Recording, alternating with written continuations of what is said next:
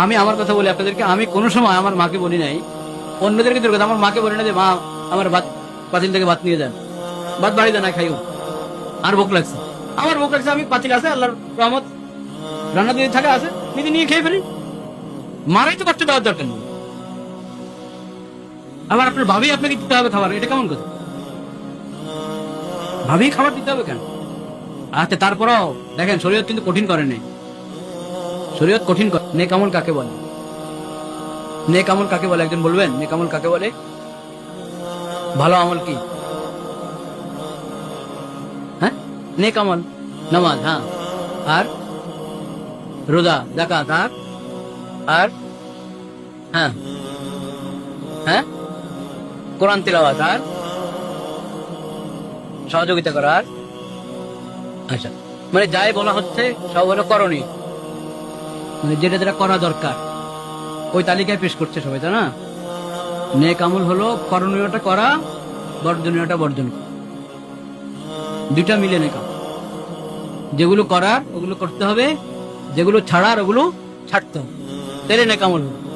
করার গুলো করতে থাকলাম, ছাড়ার গুলো একটা ছাড়লাম না, এটা আধা নেক আমল। নেক আমলের অর্ধেক হলো, অর্ধেক হলো। নেক আমল বলা হয় করণীয়টা করা, বর্জনীয়টা বর্জন। সুদ ছাড়তে হবে, ঘুষ ছাড়তে হবে, ধোঁকা ছাড়তে হবে, প্রতারণা ছাড়তে হবে, ভেজাল ছাড়তে হবে, মিথ্যা ছাড়তে হবে, মাপে কম দেওয়া ছাড়তে হবে, অন্যের হক নষ্ট করা ছাড়তে হবে, অন্যের উপরে জুলুম করা ছাড়তে হবে, আমানতের খেয়ানত করা যাবে। যত বর্জনীয় ওগুলো ছাড়তে হবে, যত করণীয় ওগুলো করতে হবে। এই দুইটা মিলে হলো নেক আমল, আমিলুস সালিহাত, আমিলুস সালিহ। পর্দা করতে হবে, বেপর্দা হওয়া যাবে না। পর্দা করতে হবে, বেপর্দা হওয়া যাবে না। পর্দা শুধু মহিলাদের কাজ, তাই না? হ্যাঁ, শুধু মহিলাদের? সবার, পুরুষের জন্য পর্দা ফরজ, মহিলার জন্য কি পর্দা ফরজ। এটা তো আলেম ওলামার এলাকা, এখানে এই কথা বলারই দরকার নেই যে কার কার সঙ্গে পর্দা করতে হবে, বলার দরকার আছে না? আপনারা সব জানেন, সব জানেন। জাতির সাথে পর্দা আছে, জাতির সামনে দেওয়া জায়েজ আছে, ফুফির সামনে দেওয়া জায়েজ আছে, খালার সামনে দেওয়া জায়েজ আছে, মামির সামনে দেওয়া জায়েজ নেই, মামির সামনে দেওয়া যাবে না, জাতির সামনে দেওয়া যাবে। খালা শাশুড়ি যাওয়া যাবে না। শাশুড়ি শুধু একজন, শাশুড়ি কজন? আপনার স্ত্রীর মা, উনি হলেন শাশুড়ি। আর যত বলেন এই শাশুড়ি এগুলো হলো বাঙালি শাশুড়ি, কিতাব কোরআন এগুলোর শাশুড়ি বলে না। একটা দূর সম্পর্কে আত্মীয়তা আছে, সেটা হক আদায় করেন, আপনি খোঁজ খবর নেন, সহযোগিতা করেন, দোয়া করেন, কিন্তু শাশুড়ি বলে যে মনে করবেন আমার বিশেষ আত্মীয় হয়ে গেছে, এখন সামনে যেতে পারবো, এই ধারণা ঠিক?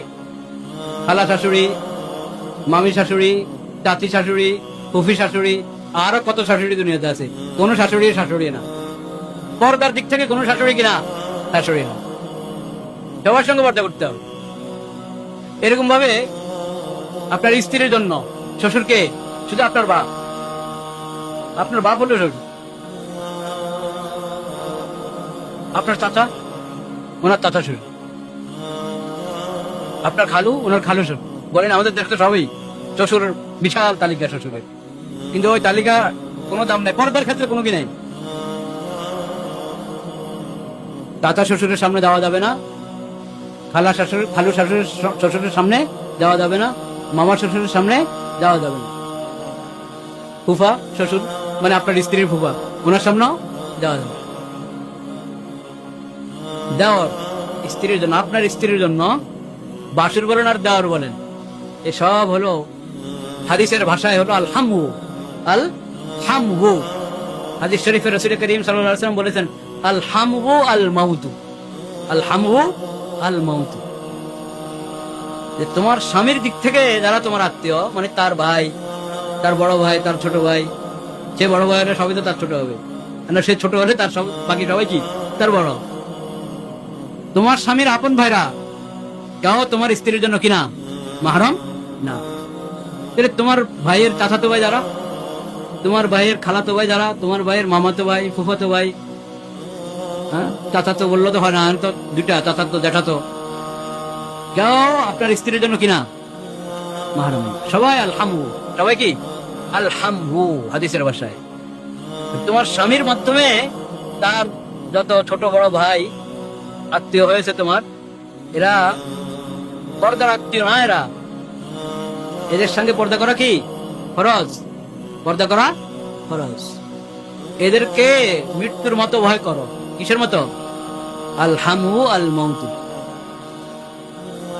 দেওয়ার আর বাসুর এই ধরনের যা আছে এরা সবাই হলো মৃত্যু, মৃত্যুর মতো বলেন এরা সবাই কি মৃত্যু, মৃত্যুর মতো এইভাবে বলা হয়নি, কাল মৌতি বলে না। দেখেন যদি হাদিসের শব্দটা হয়তো আলহামু কাল মৌতি, দেওয়ার বাসুররা মৃত্যুর মতো, হাদিসে বলে না মৃত্যুর মতো, বলেছে একবারে সাক্ষাৎ মৃত্যু। তুমি মরে যাওয়া যেমন মুসিবত, ঠিক ওরকম মুসিবত যদি তুমি দেওয়ারের সাথে দেখা দাও, মরে যাওয়া যেমন মুসিবত, ঠিক ওরকম মুসিবত যদি বাসুরের সাথে দেখা দাও। এখন যদি আপনার এই মা, আপনার মা অর্থাৎ আপনার স্ত্রীর শাশুড়ি, উনি যদি সহযোগিতা না করে পর্দা করার জন্য, তো হবে? হ্যাঁ, কি হয়েছে যাস না, কয় না, অসুবিধা কি? তোর কি নাম ডাকে? তোর ভাইয়া না, সবাই তো ভাইয়া দান করতে হয়, বড় ভাইয়া দান, ছোট ভাইয়া দান, সবাই ভাইয়া দান বলেন। ভাইয়া দান তো পুরো দুনিয়ায় মেয়া, যার ইমান আছে সে তো ভাই, যার ইমান আছে সে তো আমার ভাই, নাকি? আল মুমিনুনা ইখওয়া, নাকি? সব মুমিন তো ভাই, তো সবার সাথে আপনি দেখা দিবেন না। এখন স্বামীর বড় ভাইরাও ভাইদান, ছোট ভাইরাও ভাইদান, ছোট ভাইদান, বড় ভাইদান, মেজু ভাইদান, সবার ভাইদান। এই ভাইদান আপনি বলেন, ঠিক বলতে পারেন, কিন্তু পর্দার বিধান না আপন জায়গায়। এদের সবার সঙ্গে পর্দা করা জরুরি, কারো সামনে দেওয়া কি নাই। এগুলো কি আসলে কঠিন? বিধান কি কঠিন? কঠিন না, বিলকুল কঠিন না, একবারে সহজ। খালি নিয়তের দরকার, হিম্মতের দরকার, সৎসাহসের দরকার, আর কিছু না। পাকা নিয়ত করেন, আপনি সহযোগিতা করেন আপনার ছেলের বোধের, আপনার ছেলের বোধের সহযোগিতা করেন, তারা যাতে পর্দাতে থাকতে পারে। একবারে সহজ। বলবেন যে শাশুড়ি অনেক সময় অসুস্থ থাকে, তো এখন দেওয়ারদেরকে কে খাবার আগায় দিবে? দেওয়ারদেরকে আগায় দিতে হবে কেন খাবার?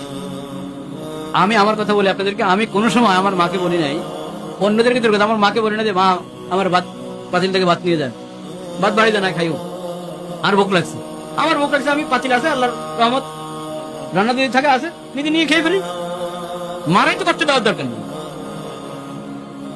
আবার আপনার ভাবি আপনাকে দিতে হবে খাবার, এটা কেমন কথা? ভাবি খাবার দিতে হবে কেন?